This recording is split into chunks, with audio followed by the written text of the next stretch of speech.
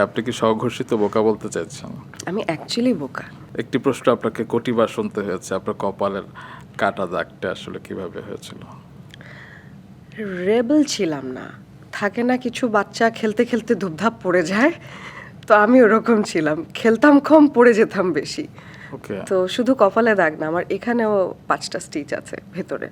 হ্যাঁ, আমি শুনেছি যে আপনি চঞ্চল ছিলেন এবং একবার 4 তলা থেকে গড়িয়ে পড়ে নাকি আপনি হাঁটু ভেঙেছিলেন এবং আপনার কপালে 11টি, ঠোঁটে 5টি এবং 5টি 2 হাত মিলে আপনার 15টি স্টিচ রয়েছে। আছে, হ্যাঁ। এবং আমার পা ভাঙা না, ওটাকে কি বলে, আম, পা মচকানো মচকে আছে। গিয়েছিল। হ্যাঁ হ্যাঁ, মচকানো আছে 5 থেকে 6 বার, দুপা মিলিয়ে। সেটা তো দুষ্টুমি না করলে, আপনি যতই বলেন যে রেবেল ছিলেন না, কিন্তু দুষ্টুমি না করলে এটা কিভাবে সম্ভব? ওটা ওই যে বললাম না, বোকা ছিলাম। So, বুঝে উঠতে পারতাম না কি করছি না করছি। বোকা ছিলেন, এখন কি? এখনো বোকা তাই? এবং ভীতু।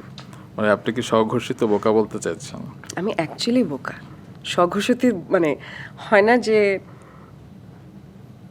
একটা মানুষ তো স্মার্ট হলে বলবে আমি অ্যাকচুয়ালি বোকা, এবং আমি অসম্ভব ভীতু মানুষ। এটা স্বঘোষিত না, আমাকে যারা চেনেন আশেপাশে ওনারা জানে।